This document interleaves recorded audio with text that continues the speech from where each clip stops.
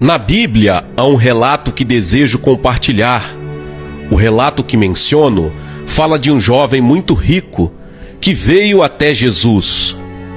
Jesus saía a ensinar e pregar com seus 12 discípulos. E o homem se aproximou apressado e disse: "O que devo fazer para alcançar a vida eterna?" Não no sentido de ser imortal no paraíso, ele se referia à vida atual, mas também à vida eterna. E é isso que muitos se perguntam. Existe uma música que diz: "Estou parado em uma encruzilhada e não deixo de pensar qual ponte devo cruzar e por qual não devo passar." E assim vocês se sentem. Chegaram a uma encruzilhada. Tem que decidir qual caminho tomar. Jesus disse: há 2 caminhos na vida. Um caminho estreito que nos leva à vida eterna e há outro caminho largo que nos leva à perdição. E disse: a grande maioria toma o caminho largo e no final são julgados e acabam no inferno. Talvez por isso tenha vindo a esta reunião, não só pela música, nem só pelos seus amigos, nem para escutar a minha outra pessoa. Vieram porque no profundo do seu ser há um lugar vazio que nem sequer entendeu. Não estão seguros do propósito de suas vidas. Não sabem com quem se casar, nem qual tipo de moça ou rapaz desejam. Tudo isso está no futuro. O homem que veio a Jesus era jovem, quase adolescente. E como vocês, desejava compreender seu destino, o significado e o propósito da sua vida. Sabia como lidar com os outros e, em vez de perguntar, já que era rico, em vez de perguntar quanto custava, ele se perguntou se precisava ou desejava. A Bíblia diz que ele estava procurando. Apesar de sua juventude e fortuna, ele buscava algo que nunca encontrava. E como muitos de vocês, é algo que não entendem muito bem, mas que lhes falta em sua vida.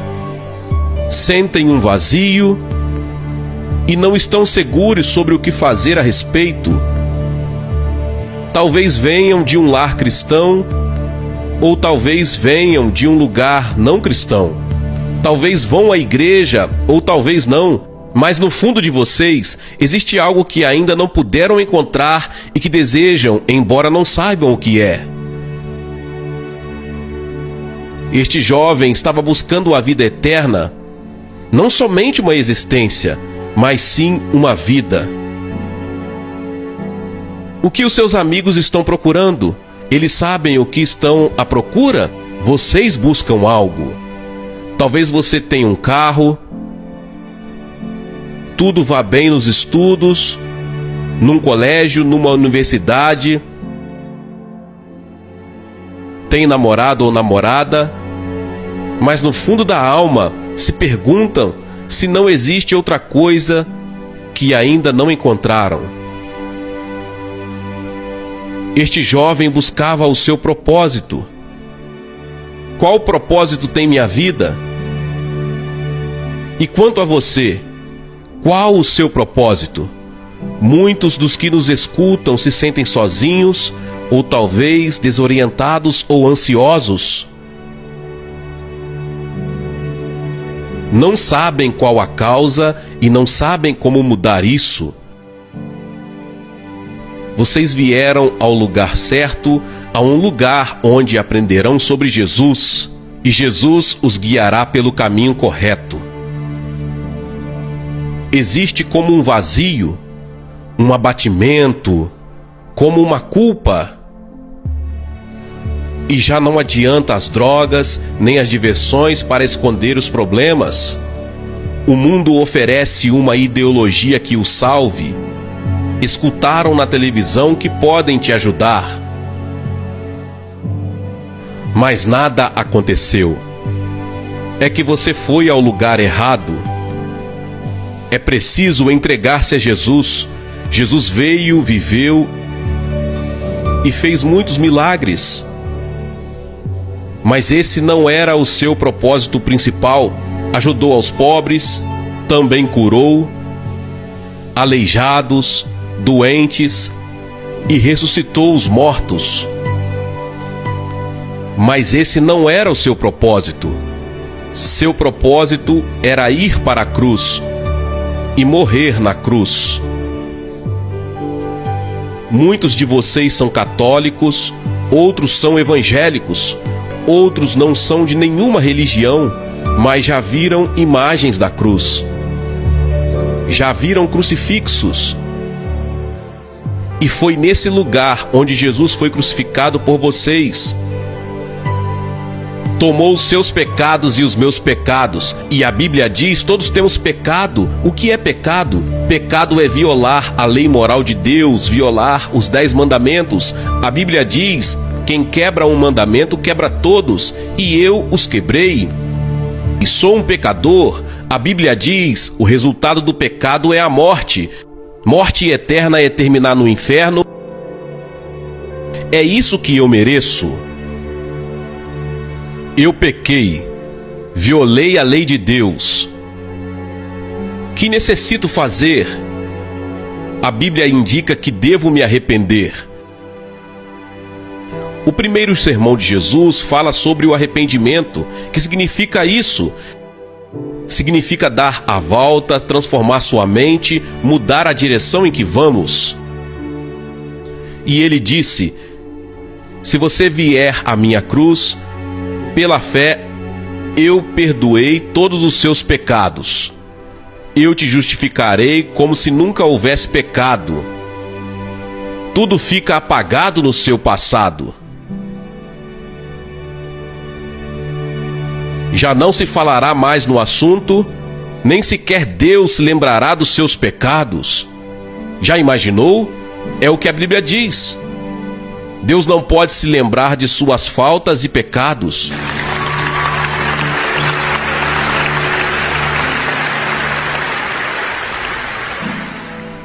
O jovem falou com a pessoa certa. Disse o que devo fazer para ter a vida eterna. Foi até a pessoa que entende os problemas, as dificuldades, as tentações que enfrentamos. Entende nossa dor, alegria, fracassos, dificuldades. Ele morreu na cruz, mas a Bíblia diz que ressuscitou e que é o Cristo vivo. Esta noite ele vence o pecado, o inferno e a morte. O jovem veio com urgência até Jesus, correu até Jesus, e é possível que alguns de vocês hoje corram até Jesus e mudem suas vidas. O rapaz chegou em um bom momento, pois ainda era jovem. A Bíblia diz que com a idade o coração se endurece, se torna duro e mais duro. Lembra-te do teu Criador nos dias da tua mocidade, diz a Bíblia. Muitos servos de Deus iniciaram suas vidas de fé quando eram jovens. José era jovem quando se tornou o primeiro-ministro do Egito e um dos grandes homens da Bíblia. Moisés era muito jovem quando rejeitou o trono do Egito. Era herdeiro do trono do império mais poderoso do mundo e ele quis identificar-se com o povo de Deus que era escravo. Davi era jovem quando matou um urso e um leão com suas próprias mãos. Matou Golias somente atirando uma pedra. Ele cuidava de ovelhas e depois se converteu em um grande rei. E Esther era só uma jovem quando, baseada na firmeza da fé, arriscou sua vida para salvar o seu povo da destruição. Venha a Jesus nesta noite. Agora mesmo, não deixe para amanhã, outra hora. Você diz: eu sou um membro de uma igreja, eu vou aos domingos. Ele não fala disso. Você pode ser membro de todas as igrejas, mas não prepara para encontrar-se com Deus. Não significa que seus pecados tenham sido perdoados. Jesus ensinou que ser membro de uma organização ou ainda de uma igreja não é a solução. A solução é Cristo em sua cruz e ressuscitado dentre os mortos.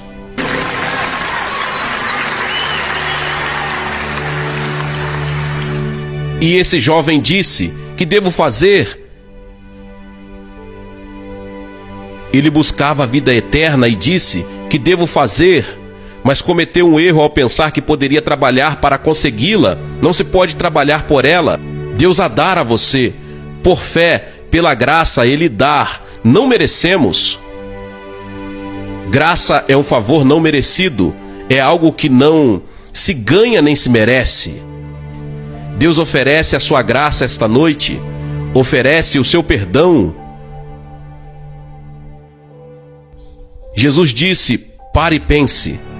Jesus disse: mas há um preço. Ele disse: há um custo. Se você quer vir a mim, deve abandonar todas as posses e dar tudo que não necessite para os pobres.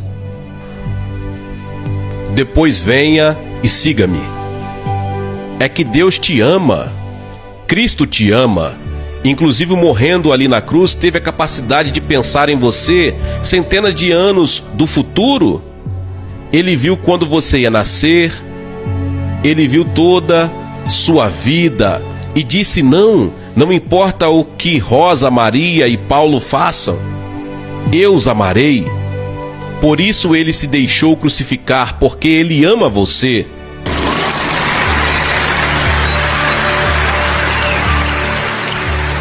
Ele não ama as pessoas pela cor da sua pele, pelo lugar onde vivem ou por seu estudo. Ele ama porque você é um ser humano criado à sua imagem e é potencialmente um filho perante Deus. Todos somos iguais diante de Deus. Deus não olha a cor da nossa pele. Somos iguais. E chegamos à cruz, e ao chegarmos à cruz, somos iguais. Ele não olha e diz: você é africano, brasileiro, oriental, se é branco ou europeu. Não. Esta noite, Jesus olha para você e diz: eu amo você. Eu amo você.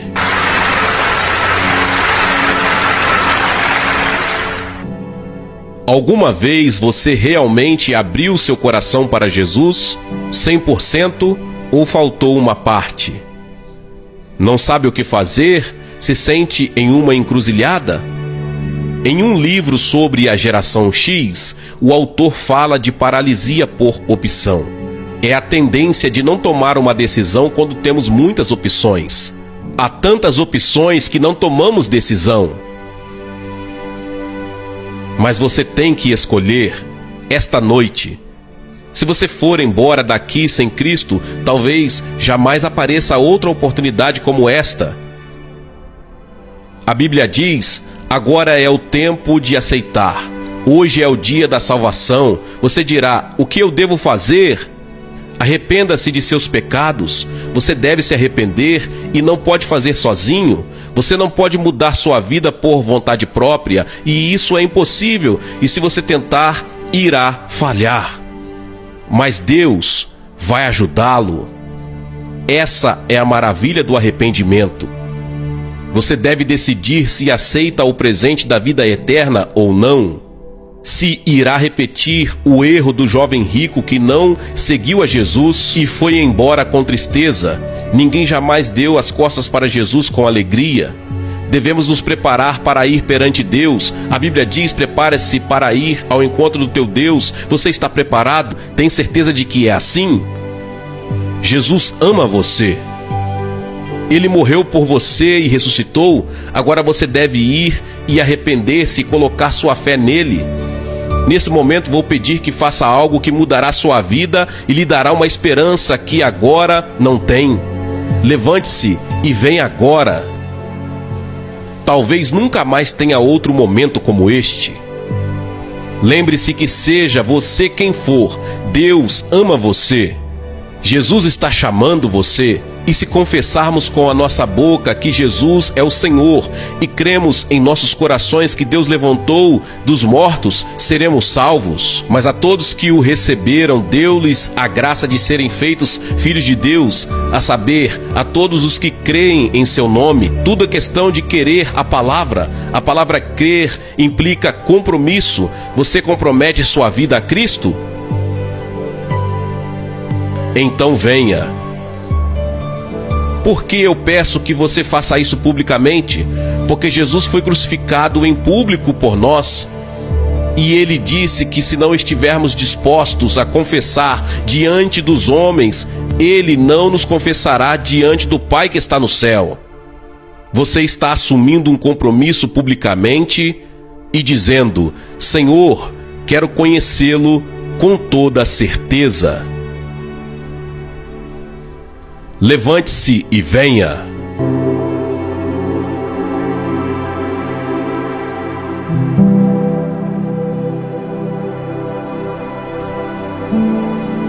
Glória a Deus, louvado seja o nome do Senhor. Que palavra poderosa. Talvez você chegou até aqui e ouviu esta palavra e ainda não é inscrito aqui no canal. Se inscreva aqui no canal e ative o sininho das notificações. Todos os dias são postados vídeos abençoados aqui no canal para te abençoar. Deixe também o seu like e não se esqueça de compartilhar esta palavra com mais pessoas. Meus irmãos e minhas irmãs, nos vemos nos próximos vídeos. Amém. Seja membro do canal Vinícius Siqueira e obtenha benefícios que só os membros têm. Então, você que já é inscrito no canal e ativou o sininho das notificações, logo você vê o botão Seja Membro, clique nele e obtenha os benefícios. E o primeiro benefício é que você tem uma mensagem destacada. Quando você faz um comentário aqui no canal, você tem um destaque na sua mensagem. E isso é muito importante porque você mostra para os outros que você apoia este canal. E outro benefício que você tem é que você pode compartilhar os devocionais diários, que são 365 devocionais, que são postados todos os dias aqui no canal. Existe um grupo específico e a pessoa recebe um link que é direcionado para o grupo. E nesse grupo você tem todos os devocionais de todos os dias do mês, que você recebe logo pela manhã, e você tem o benefício de compartilhar esses devocionais com os seus contatos. Esse benefício é apenas para os membros. No YouTube não tem como compartilhar os devocionais, apenas ler na comunidade do YouTube, mas quem é membro tem o benefício de compartilhar com todos os seus contatos e as suas redes sociais. Seja membro! A Bíblia ensina que esta era terá um fim. A era do Espírito Santo. A era em que nos encontramos hoje e que uma nova era será estabelecida. Em outras palavras, assim como você troca seu carro velho por um novo, Deus vai trocar este sistema maligno atual, que chamamos de cosmos, um sistema mundial, vai trocá-lo por uma nova era. E essa nova era será a era do reino de Deus. E essa nova era vai prevalecer. Vamos ver o que diz a Bíblia.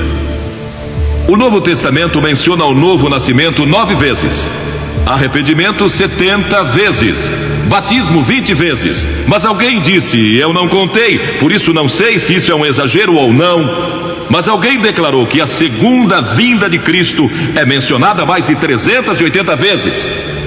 O que eu sei é que é mencionada com frequência. Cristo disse, como foi nos dias de Noé, também será a vinda do Filho do Homem.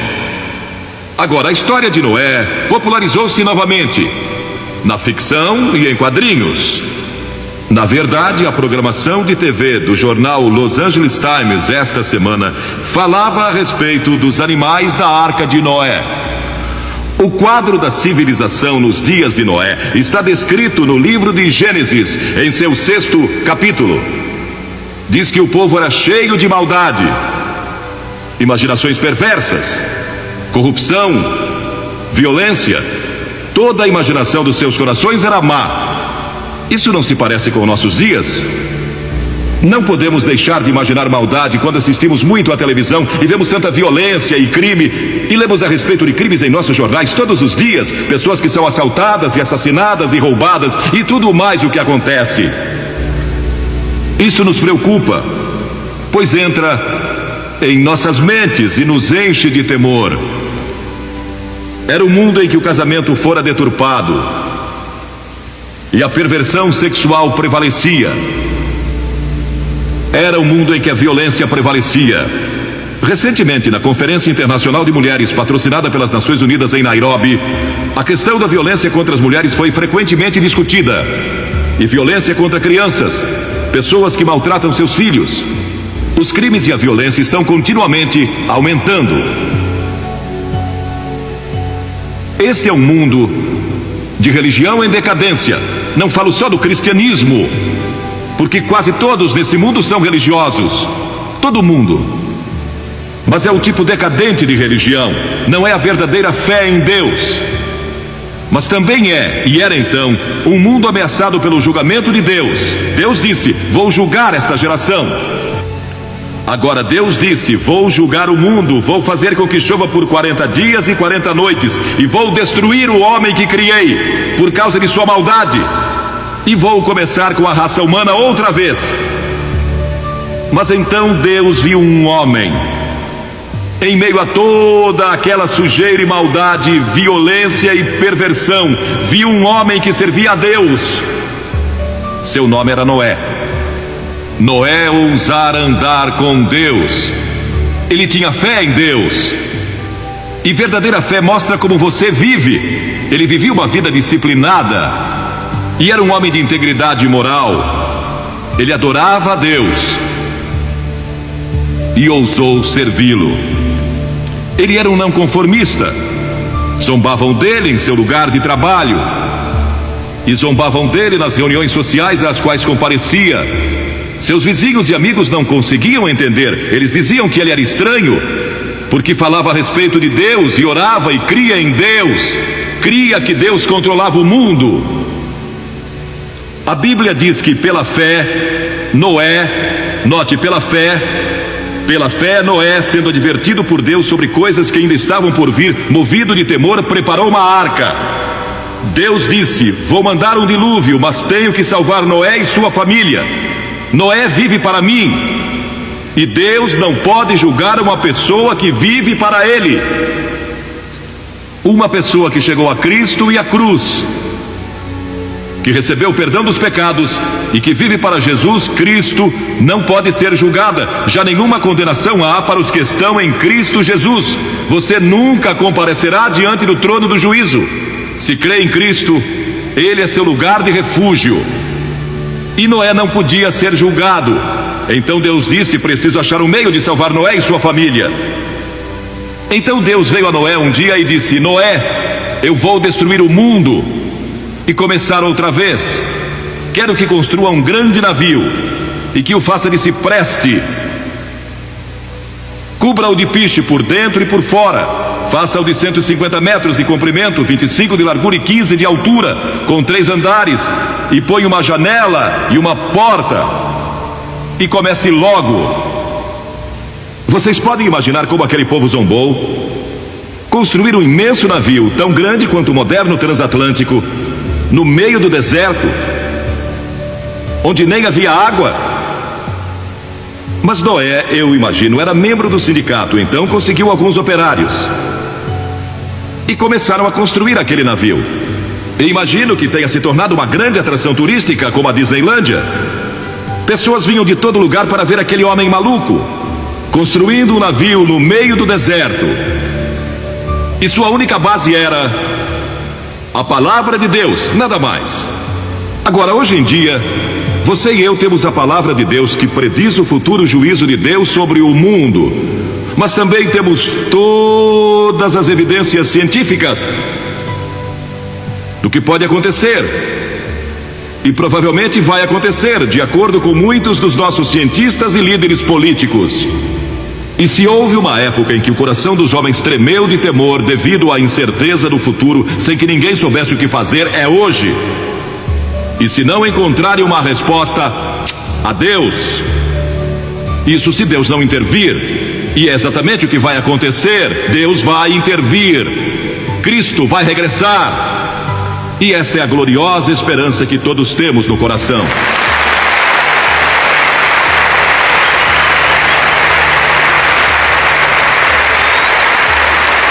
Mas durante todo aquele tempo Noé pregou. Ele trabalhava e pregava.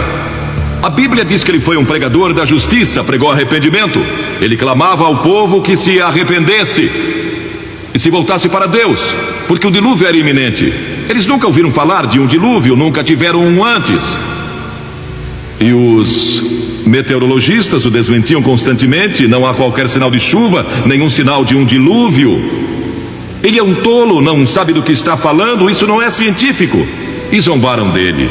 E os carpinteiros que o ajudaram a construir aquele navio também não acreditavam nele.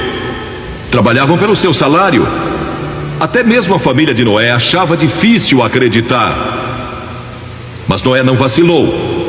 E Deus não falou mais com ele por 120 anos. Pensem só nisso. Ele recebeu a mensagem do Senhor e acreditou nela, aceitou-a pela fé. Isso mostra a extensão da sua fé. E 120 anos depois ele ainda estava construindo aquele navio. E finalmente o terminou. E quando terminou, Deus veio a ele e disse: Noé, vou dar ao mundo 7 dias mais. 7 dias mais para que se arrependam. Mas depois disso, o julgamento vai se abater. A Bíblia adverte que o mundo vai sofrer um julgamento. Mas a esperança no horizonte é a ressurreição de Cristo e o seu prometido regresso. Foi a esperança dos profetas. Isaías 66 declara que o Senhor vai voltar em fogo e os seus carros como um torvelinho para tornar a sua ira em furor. E há tantas passagens do Novo Testamento que eu levaria horas lendo-as para vocês. Cristo disse: vou preparar-vos lugar, e quando eu for e vos preparar lugar, voltarei e vos receberei para mim mesmo, para que onde eu estou estejais vós também.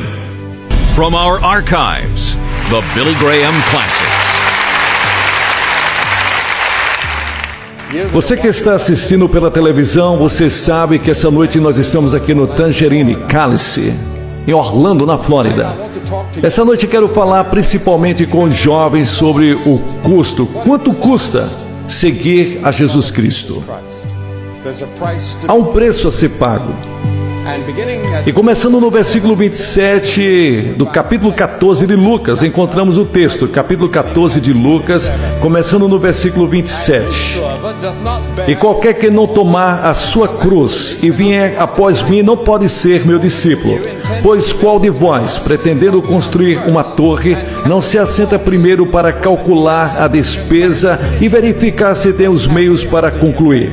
Para não suceder que, tendo lançado os alicerces e não a podendo acabar, todos os que a virem zombem dele, dizendo: este homem começou a construir e não pôde acabar. Ou qual o rei que, indo para combater outro rei, não se assenta primeiro para calcular se com 10.000 homens pode enfrentar o que vem contra ele com 20.000? Caso contrário, estando o outro ainda longe, envia-lhes uma embaixada pedindo condições de paz. Assim, pois, todo aquele que dentre vós não renunciar a tudo quanto tem, não pode ser meu discípulo.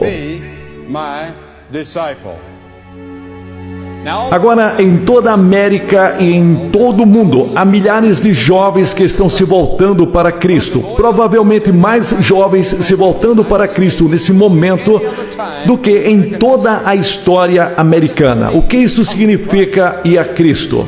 Cristo disse: conte o custo. Quando você vem a Cristo, você deve contar o custo de seu corpo, sua mente e seu coração. Porque ele exige que seja o Senhor de todos os três: Senhor do seu corpo, Senhor da sua mente e Senhor do seu coração. Primeiro, o corpo.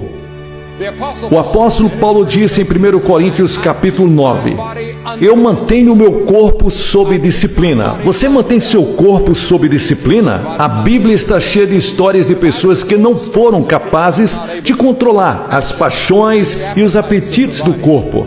Lembra-se de Eva, nossa primeira mãe?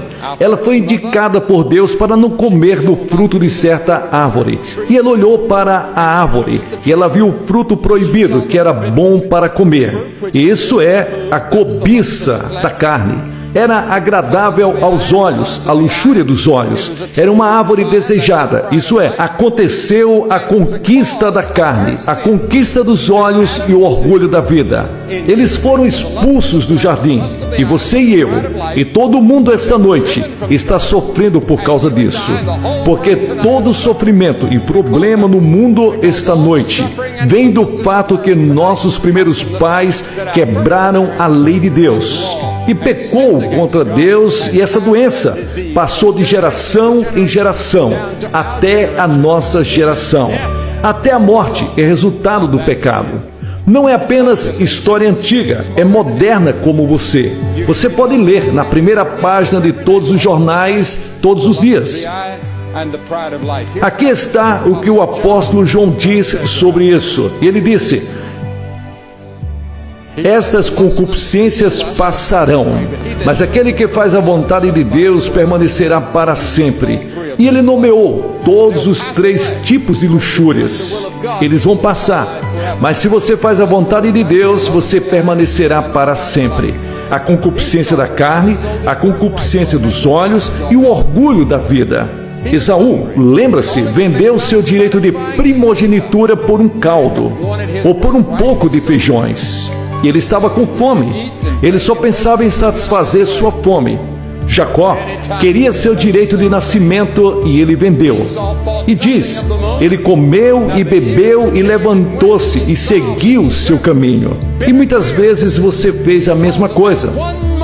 Esaú não pensou em nada do momento. Agora os anos se passaram. Ele veio, chorou, soluçou lágrimas amargas. Porque naquele momento ele queria comida mais do que queria seu direito de nascimento. E quantos de nós fizemos isso na vida? Por um momento, apenas um momento de tempo, apenas um compromisso aqui ou ali com o nosso corpo. E vivemos para nos arrepender 1000 vezes. O Sansão, o homem mais forte da história, que derrotou um exército inteiro com uma mandíbula de um burro. Ele derrotou um leão em uma batalha, mas outro leão, o leão do seu corpo, ele não pôde controlar. A linda Dalila o atraiu para seus braços e o destruiu. Ele foi destruído pela luxúria e pelo uso errado do sexo.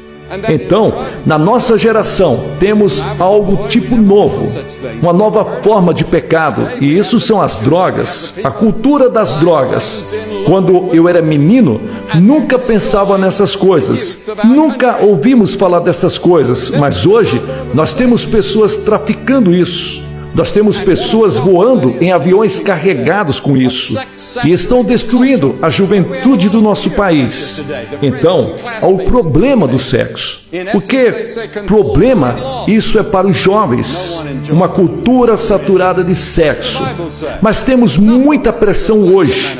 Os amigos, colegas de equipe, em essência, eles dizem: conforme-se ou então afaste-se. Ninguém gosta de perder os amigos. O que a Bíblia diz? Não são as obras da carne manifestas: adultério, fornicação, impureza e lascívia.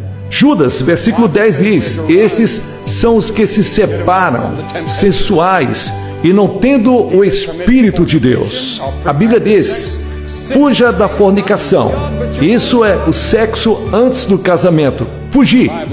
Aquele que comete fornicação ou sexo antes do casamento, porque não somente peca contra Deus, mas contra seu próprio corpo. A Bíblia avisa, não faça isso. Você diz, bem, como você pode se abster em nossa cultura? Bem, eu quero te dizer, você não pode sem Cristo. Tem muita gente que está se esforçando para dizer não. Mas se você tiver Cristo no coração, você terá o poder de dizer não. Nenhuma tentação vos sobreveio que não fosse possível de ter o escape. Porque Deus não permitirá que você seja tentado acima do que você pode suportar. Mas com a tentação Ele dará uma forma de escapar. Há sempre uma forma de escapar. Deus o proporciona todas as vezes ao crente. Por isso, não há desculpa para nenhum crente cometer esse pecado. Então, há outro pecado no que não pensamos muito, mas é pecado, isso é gula. 1 em cada 3 adultos nesse país acredita-se que esteja acima do peso. Daniel, na Babilônia, colocou um propósito no coração de não se contaminar com o manjar do rei. Filipenses 3, o apóstolo Paulo diz, cujo fim é a destruição, cujo Deus é seu apetite e cuja glória é sua vergonha. E ele adverte contra isso. Agora temos o corpo. Você está pronto para se apresentar com o corpo em sacrifício vivo a Deus esta noite? É isso que Ele exige de você que o segue. Se você vai à cruz e tem seus pecados perdoados e segue a Cristo, você deve apresentar seu corpo em sacrifício vivo a Deus e dizer, Senhor, aqui está meu apetite, aqui está minha luxúria, aqui está meu corpo, meus olhos, minhas mãos, meus pés, meus membros particulares, todos seus. Então, a segunda coisa é a sua mente, travando cativo todo pensamento, levando à obediência de Cristo, 2 Coríntios capítulo 10. Agora, nenhum americano tem um QI acima de 180, mas Deus vai colocá-lo como responsável pela mente que Ele te deu, seja qual for seu QI. E alguém disse, 1 centavo por meus pensamentos. Mas seus pensamentos valem muito mais do que 1 centavo à vista de Deus. A verdadeira riqueza na sua vida está em seus pensamentos. A literatura, a televisão, o rádio estão competindo por seus pensamentos constantemente. Havia um anúncio classificado em um jornal que eu li. À venda, Enciclopédia Britânica, nunca usada. Minha esposa sabe tudo. Agora, a Bíblia diz, estude para se mostrar como obreiro aprovado. Isso é, você não precisa ter vergonha, devemos estudar e ler a Bíblia. Todos os nossos momentos livres, ler a Bíblia. Muitas vezes eu me pego vendo televisão, assisto alguns programas e depois nem me lembro do que eu vi. E lá está a Bíblia, fechada ao lado da minha cama ou em cima da minha cadeira, porque sei que está errado e tenho que confessar. Devo estudar constantemente toda a minha vida a palavra de Deus. Você vê, uma mente ociosa é a oficina do Satanás.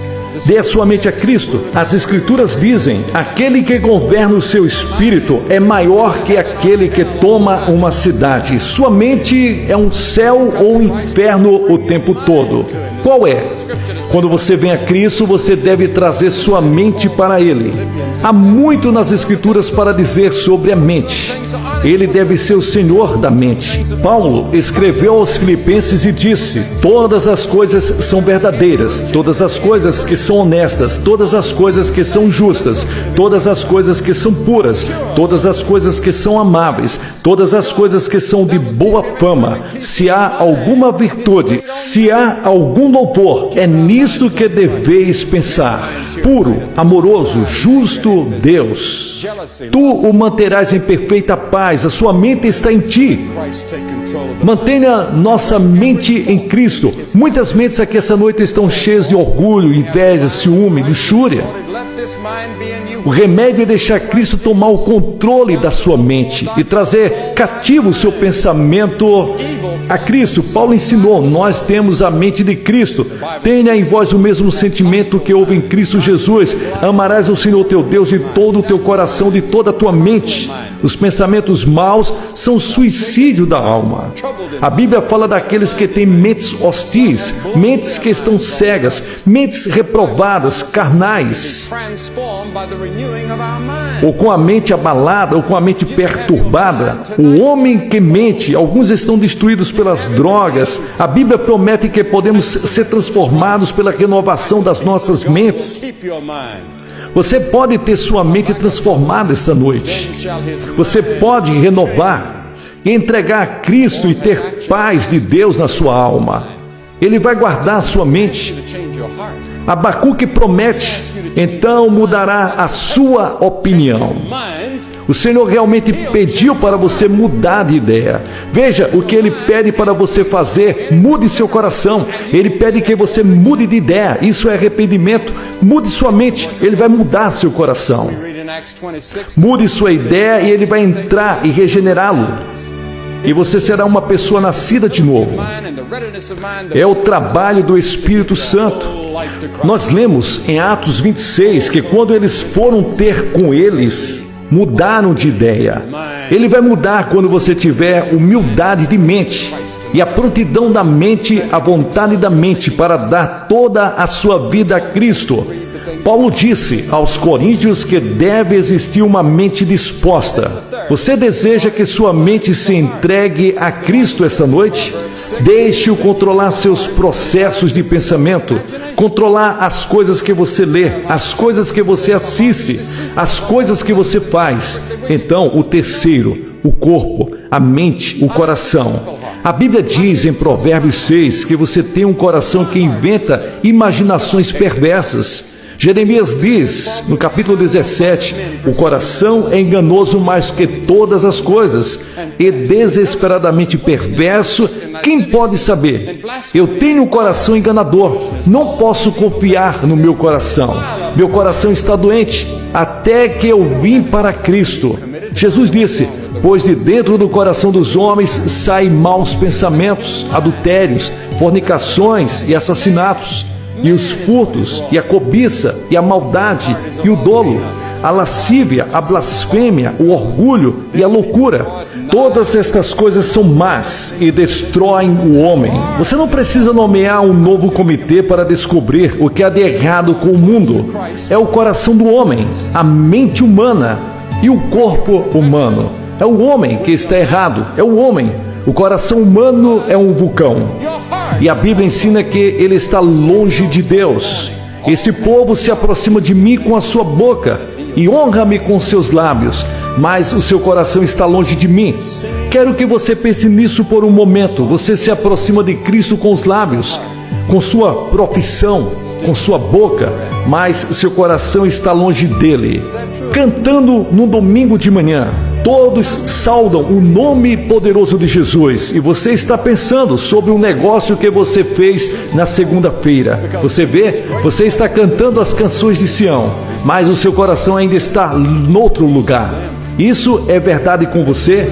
Quantos de nós são realmente hipócritas? Se você quiser, é só chamar do que realmente é. É como Jesus chamou, porque a grande luta de Jesus foi com os líderes religiosos de seu dia.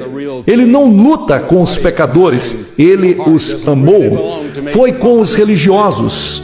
E eu imagino, se ele vier para o centro da Flórida esta noite, o que ele vai dizer? Como ele vai falar? Ele falaria com as pessoas da igreja e diria: ah, sim, você vai à igreja e tem muita religiosidade, mas você não tem a coisa real. Seu corpo, sua mente, seu coração realmente não me pertence 100%. Ele exige 100%. A Bíblia ensina que você tem um coração rebelde. Em Jeremias 5 diz: mas esse povo tem um coração rebelde. Eles se revoltaram e se foram. Quando lemos os 10 mandamentos, leia o Sermão da Montanha, nós dizemos: não quero ficar com isso, eu não posso ficar com isso. Claro que não pode. Ninguém nesta audiência pode guardar os 10 mandamentos. Na verdade, você não pode manter um mandamento sequer. Ninguém nesta audiência guardou um mandamento. Você diz: bem, Billy, eu nunca cometi um adultério. não é? Jesus disse: se você olhar para uma mulher ou uma pessoa do sexo oposto e tenha luxúria no seu coração, você já o cometeu. E nunca matei ninguém. Mas se você já odiou ou sentiu ciúme de alguém, você quebrou esse mandamento. Mas então a Escritura diz: suponha que você tenha saído muito bem em todos eles. Se você quebrar apenas um mandamento, contando uma mentirinha, você quebrou todos os mandamentos. E quebrar os mandamentos é a definição de pecado. O pecado é uma transgressão da lei. E você quebrou a lei de Deus. E todos nós temos que dizer a Deus, enquanto estamos na frente da cruz: sou um pecador. E tenho que dizer, você tem que dizer, todos aqui temos que dizer: eu sou um pecador. Quebramos a lei de Deus. E então a Bíblia diz: seu coração pode estar endurecido. O faraó endureceu seu coração. Agora Deus conhece o coração. Ele conhece o seu coração. Você não precisa sentar e tentar dizer a Ele e racionalizar a coisa inteira. Ele já sabe. Não investigará Deus isso? Pois Ele conhece os segredos do coração. Salmos 44. Ele conhece os segredos do seu coração. Ele sabe o que você está escondendo. Ele sabe as coisas que você varre para debaixo do tapete. Ele vê tudo isso. Ele sabe a hipocrisia de tudo. E Ele declara: eu, o Senhor, busco o coração. Ele disse: eu prescruto o coração. Jeremias 17. Eu busco o seu coração. Pense em Deus sondando o seu coração esta noite e o meu coração. O que Ele encontrará lá? Teremos medo de estar diante de Deus e enfrentaremos o julgamento com Ele sondando nossos corações e conhecendo o nosso pensamento, a menos que estivéssemos na cruz. E foi provido de uma justiça, e não foi nosso, que Cristo proporciona por sua morte na cruz e por sua ressurreição dos mortos. Sim, Deus conhece o seu coração e Ele prova o seu coração. Você não pode se esconder dele, porque a pena de um coração pecador é a morte e julgamento e inferno. E nas Escrituras temos a expressão o sangue de Cristo. Seu coração está debaixo do sangue de Cristo, foi limpo pelo sangue. Você vê, a palavra sangue carrega com ela a ideia de vida. Quando você tira sangue, você tira a vida. E o sangue significa vida. Cristo deu sua vida na cruz por você. Ele levou seus pecados, sua penalidade, seu julgamento, seu inferno, na cruz em seu lugar, para que você venha e fique na cruz com toda sinceridade e dê a Ele seu corpo, sua mente e seu coração. E Ele perdoa todo o passado. Ele te justifica assim que, como se você nunca tivesse cometido um único pecado. E Ele te dá um novo coração, um novo desejo, uma nova alegria, uma nova paz e uma certeza que se você morresse, você iria para o céu. E Ele escreve seu nome no livro da vida do Cordeiro. Agora, a Bíblia diz que Deus prepara seu coração. A preparação do coração do homem é do Senhor. Provérbios 16. A Bíblia diz em Atos 16, cujo coração, a respeito de Lídia, cujo coração o Senhor abriu. Deus vai te dar um novo coração. Ezequiel capítulo 36, versículos 26 diz: um novo coração também eu te dei. Jesus disse: se não nascer um homem de cima, ele não pode ver o reino dos céus. Você pode nascer de cima e receber um novo coração e uma nova natureza. Um bom homem dos bons tesouros do coração tira coisas boas, diz as Escrituras. Você não viu lojas que eram sujas, feias, como uma montanha de lixo e foram vendidos? Ou talvez um restaurante e tem um grande sinal lá fora que diz sob nova direção? É isso que significa quando você vem a Cristo.